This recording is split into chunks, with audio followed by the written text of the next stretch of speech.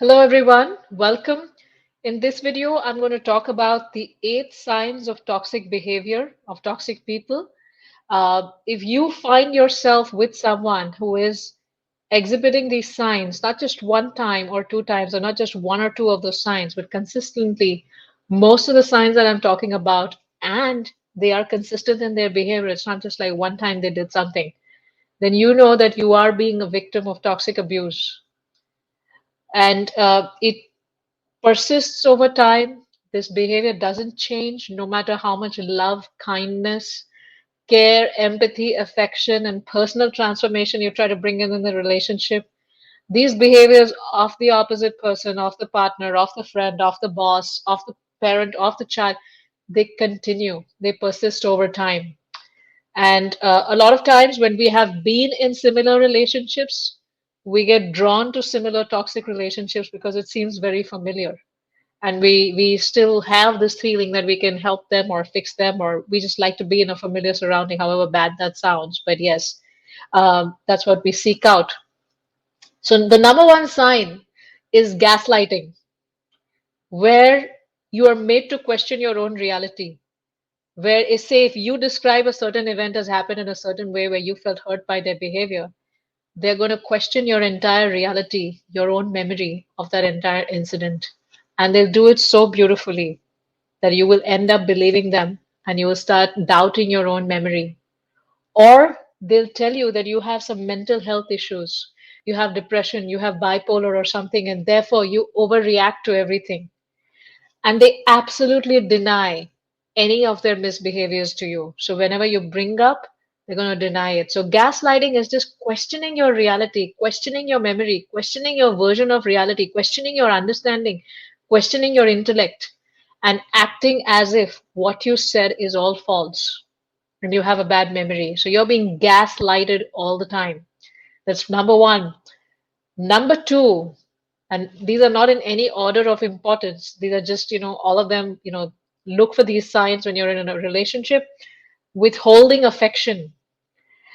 Their plan of showering love on you or giving you their affection is always in future tense.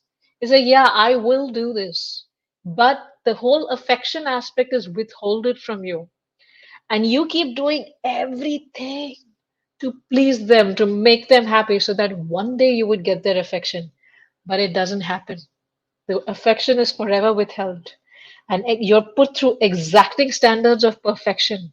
You're made to do certain things. You're made to be, it's all emotional manipulation.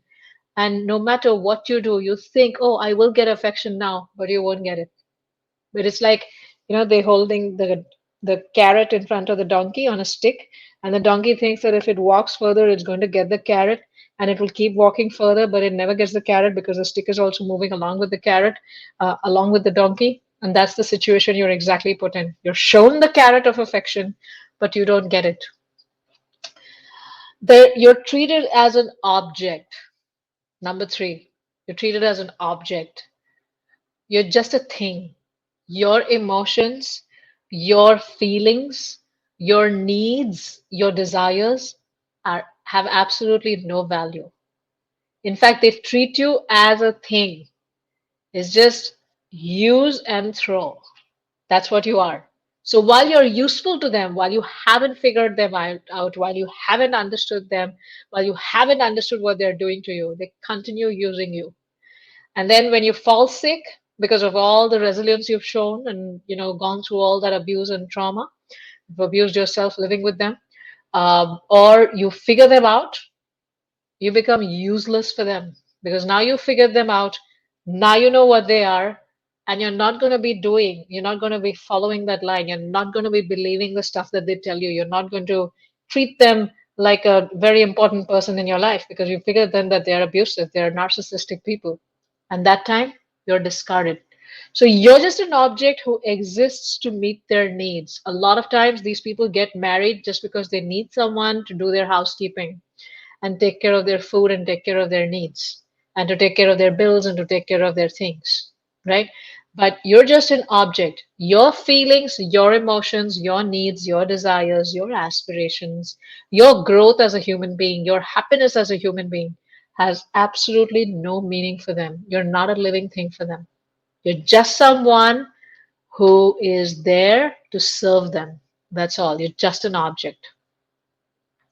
And no matter how much service you do, how well you serve them, how well you take care of them, how well you behave in the relationship, you make one mistake. You don't act as their supply one time. All your goodness is finished. It never existed, right? So you're an object. Remember that. They also create a lot of chaos in their life. They'll say one thing, they'll do one thing, they'll expect the third thing. They'll tell you, okay, we're going out today and we're going to go out at this time and we'll leave at 1 o'clock and we have a nice day out and we have lunch and we do this and we do that, right? And you're ready from like, you're planning your day. So you're ready from like Saturday, like 10 o'clock, you're ready and you're trying to like make your day and things like that. And at 1 o'clock, they'll say, oh, I'm feeling tired. I don't feel like going today. How about, I just rest for some time and then we'll go. And then they'll keep you waiting. They'll be like, oh, let me rest for an hour. And then you keep waiting. Then they say, let me rest for another hour. They keep you waiting. And then they just keep doing it. Then it's like, oh, I don't feel like, oh, it's too cold. Oh, now I have something else to do. Oh, I have to play. Oh, I have to finish this particular thing at work. And they'll have you waste your entire day. And they just love it that you keep waiting on them. And they keep creating this chaos. They keep changing plans. They'll say they want to eat, then they say they don't want to eat. They'll say that they'll make sure that the finances are in order, and then they won't do that. They'll say that, yes, we're going on vacation, and on the last day before the vacation, they'll cancel the plans. And they create this constant chaos in their life. They'll say, say you're sharing a car with them. They'll say that, yes, yes, you could take the car on Mondays. And then when it's Monday, every Monday, there'll be huge chaos in your life. They'll say, okay, we'll invite, can we invite guests over? And you say, no, I don't think so. I don't think I have the bandwidth. But then they still invite guests over and they say, oh, I already gave them my word. Now they're coming. So, we have to entertain them.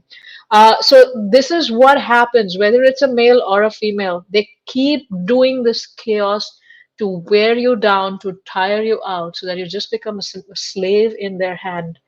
You don't have any energy left to protest. And if at all you protest, you're the bad one. Oh, I just invited people home. So what if I slept? You don't even like me sleeping. Oh, you don't like guests coming home. Oh, you just want the car all the time in your control. And I've always given the car to you. Gaslight.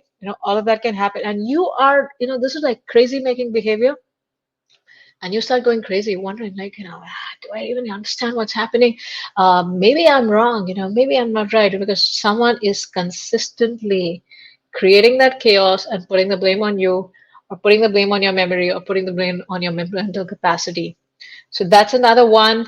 They also like to, so through chaos, they control you. Another thing is they criticize you nonstop. They hold you to very high standards. And you being an empath, you being the thoughtful one, you being the caring one, you being the I want to get better one, I want to get perfect one, you're constantly seriously believing all that criticism as good feedback. And you keep trying to make yourself better, but you're never good enough. You're never good enough for the affection. You're never good enough for being appreciated. And you will always remain an object, right? So they control you through criticism, and by holding you through very high standards of relationship, living, behaving, earning, looks, and name what may. They just hold you through very, very high standards like that, and they constantly criticize you no matter what you say. And if at all you raise a concern that, oh, when you speak like this to me, I feel like this and I would request you to do that, and they'll gaslight you. I never said that. I always behave nicely with you. You're the one who has the problem. And then they'll pick up a fight with you and they'll criticize you further. And then they'll tell you, and then when you get upset on that time, then they'll tell you, ah, look at her. She thinks she's really good, but look at how she's getting angry all the time. She's getting angry. Look at how she's screaming. But you're feeling genuine rage because there's so many different ways in which the abuse is happening, and then you get enraged. And when you get enraged, they'll again question your behavior and hold you to high standards, and you will believe that because you think you're supposed to be perfect. That's the trap you're in. There'll be a lot of shaming, as I've already explained, about your behaviors, about you not being perfect. They'll shame you. They'll tell you, look at your own behavior, look at who you are. My God, you get so upset, and all of that. And you start questioning. your own behavior, your own character, and your own existence. It's like that's what happens. And they'll manipulate you through emotional blackmail. They know you're a softie. They know you're a very, they know you're an empath, and they're going to control you by constantly playing with your feelings. When they need something from you, they'll emotionally blackmail you. Oh, I'm feeling so sick. Oh, I already did that. Oh, I already committed to that person. They'll feel bad if we refuse the dinner now. And they'll play with that emotional string of yours because you're an emotional, caring person. And when you do that, when you support them and you follow that line, you get emotionally blackmailed. And over a period of time, by being gaslighted, with the affection being withheld, with you being treated as an object, with constant chaos, control, isolation, they isolate you from your friends, your loved ones. You have absolutely no connection, so you become even weaker, and then you just stick around to be an object for them. A lot of shaming, manipulation, emotional blackmail, all of that. And as you allow yourself to be abused in this way, as you abuse yourself by being believing all of that and trusting this person and hoping for a change, you break down physically, emotionally, spiritually. You lose complete confidence in yourself, you lose your health, and you're unable to do anything. So before it's too late, recognize if these signs are there in a relationship that you have. These are the signs of a very toxic person, and you want to do good to yourself by learning how to take care of yourself, by learning how to see through all of this, set your boundaries, and spend a lot of time and energy on your own healing. And this healing is not so easy. You need to heal yourself at the physical level, at the energetic level, and at the mental level. And there's a lot of unlearning, there's a lot of unpacking that needs to be done. So, today we've talked about these different signs of toxic behaviors, these red flags, and I want you to be watchful of them.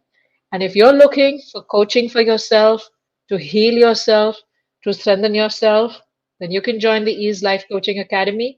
We have right from one on one coaching, where we actually really help you make a lot of transformation in yourself, and various other tiers of coaching available for different budgets. And if you want to help other people heal themselves, you want to coach them out of their weaknesses, then you can also become an ease coach with my academy, where you learn the exact same methods that I use in my coaching of helping people grow by working on their body, their whole energy, and their mind. Thank you very much, and hope to see you again soon. Bye bye.